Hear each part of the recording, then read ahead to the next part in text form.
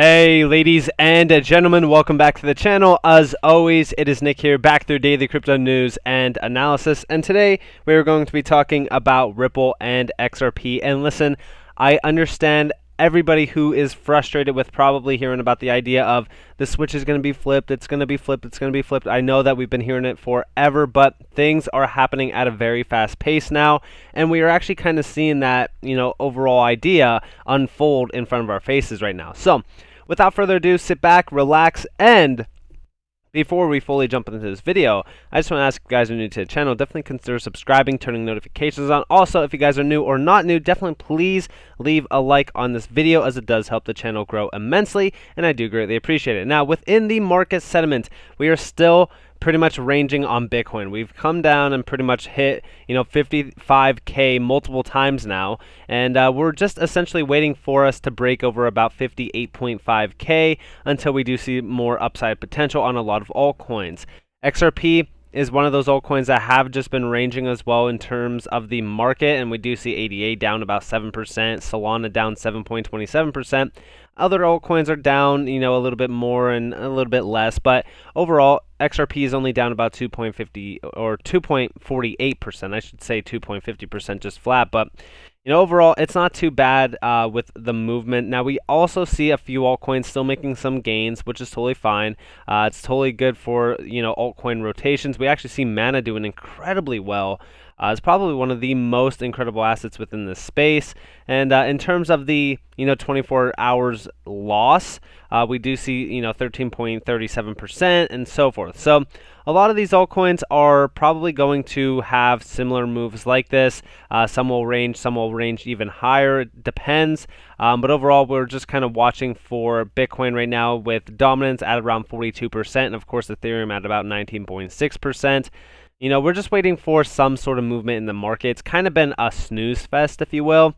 But with that being said, let's move on. And, before we fully jump into this video, I just want to quickly address the fact that we still have the Ultimate Crusader Trading Bundle Pack on sale for 20% off right now until Friday.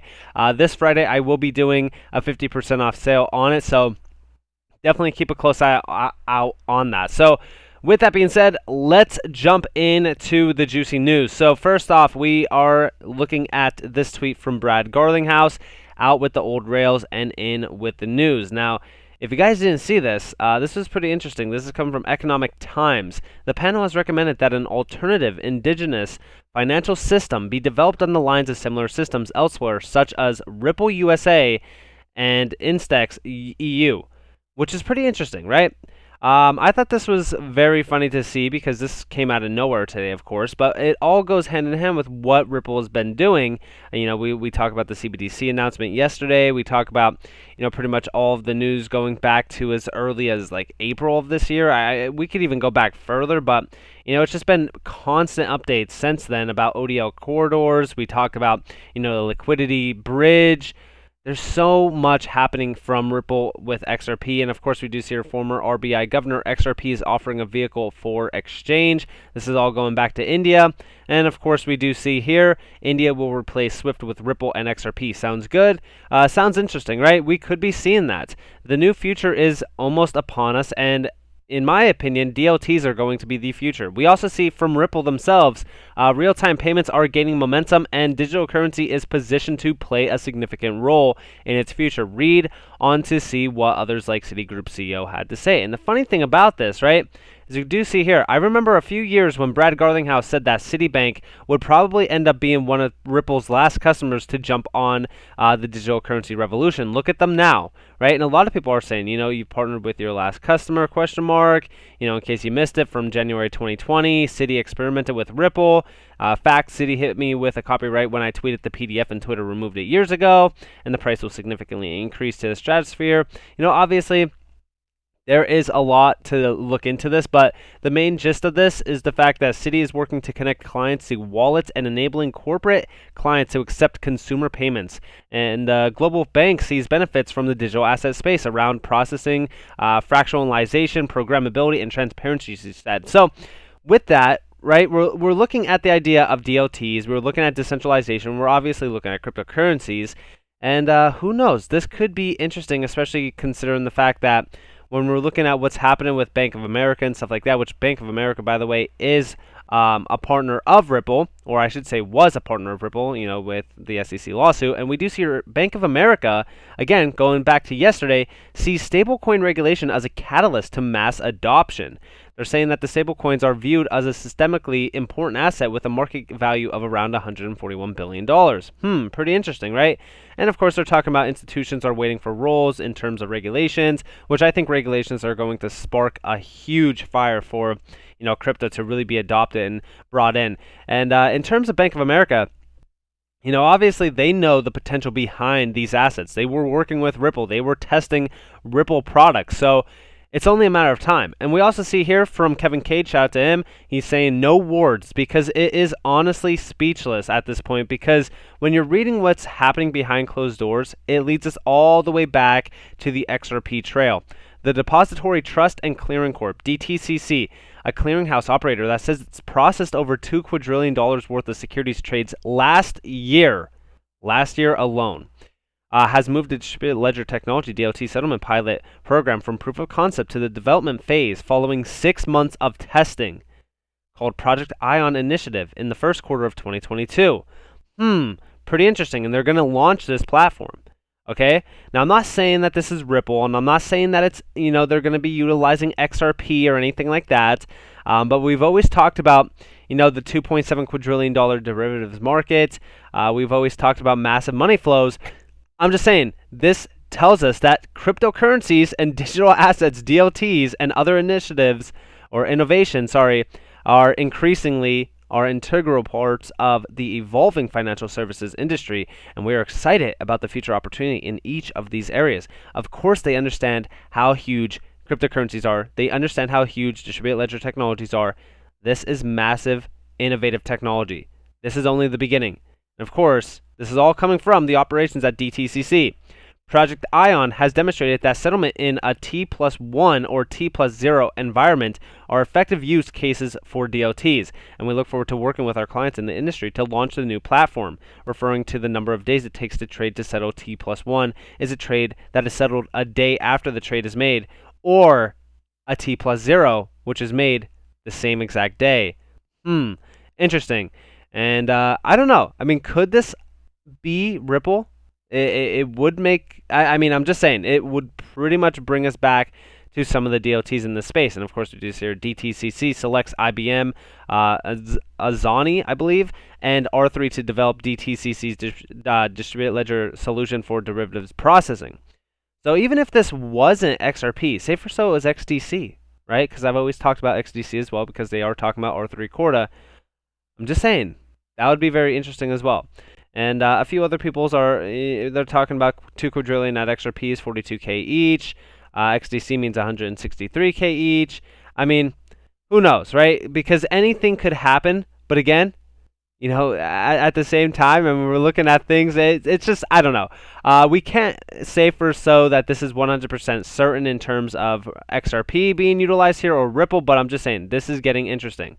XRP is incredible, all right? Kevin Cage, shout out him again, all right? It is incredible because it was determined to be a currency by multiple groups and countries, has former CFTC chair as an advisor and 43rd U.S. Treasurer on the Ripple board, got delisted by dozens of exchanges, is still in the top 10. Imagine what happens after clarity. Of course, we do see here, imagine, or remember that one time when XRP was determined to be a virtual currency by the DOJ and FinCEN? Well, the SEC doesn't. Laugh out loud, 2015, right? Obviously, in terms of this SEC lawsuit, XRP is 100% a currency. We know that. We've done our research. Everything that has been happening up until the lawsuit told us that XRP was a currency. There is use cases behind the scenes with Ripple that utilizes XRP. We talked about that in terms of the ODL services. We talked about it in cross-border payments as well. The future looks very bright in terms of what's happening with Ripple, though. And I think XRP is one of the strongest assets within the space. And I think that this, whatever happens with this, any asset, it does not matter what asset is going to be utilized for this in terms of a DLT. The utility-driven market is nearing. The switch is going to be flipped. Honestly, we are seeing it right in front of our faces. Yeah, it might take a little bit of time, possibly, but 2022 seems like it's going to be the major date to look for, because we're even seeing here first quarter of 2022. Now, we also seen here from Gold Telegram, breaking news: a consortium of roughly 70 Japanese firms, including the country's 3 mega banks, said it aims to launch a yen-based digital currency in 2022. Again, 2022. Here's the source. Now, the funny thing about this is when we go back in time to 2016 of August, SBI Ripple Asia announces Japanese bank consortium. Now, at the time, this was the creation of a Japanese consortium of 15 banks in a new network that will use Ripple's technology for payments and settlement. Interesting, right? Now, obviously, this has been growing in size. We actually see our SBI Ripple Asia projects projects that the 15 members will increase the size of the consortium to 30 banks, and that the new service will go live in the spring of 2017. Obviously, they probably increased it more so, but we do see here currently cross-border fees can run up to thousands of yens or tens of thousands of dollars. In the new setup, banks pay about 90% less in fees. Using Ripple's technology will also provide customers of these banks with real-time domestic and cross-border payments 365 days of the year. Okay, so when we connect the dots here, obviously we don't know if Ripple's going to have a hand in here, but we know that SBI is huge over in Japan.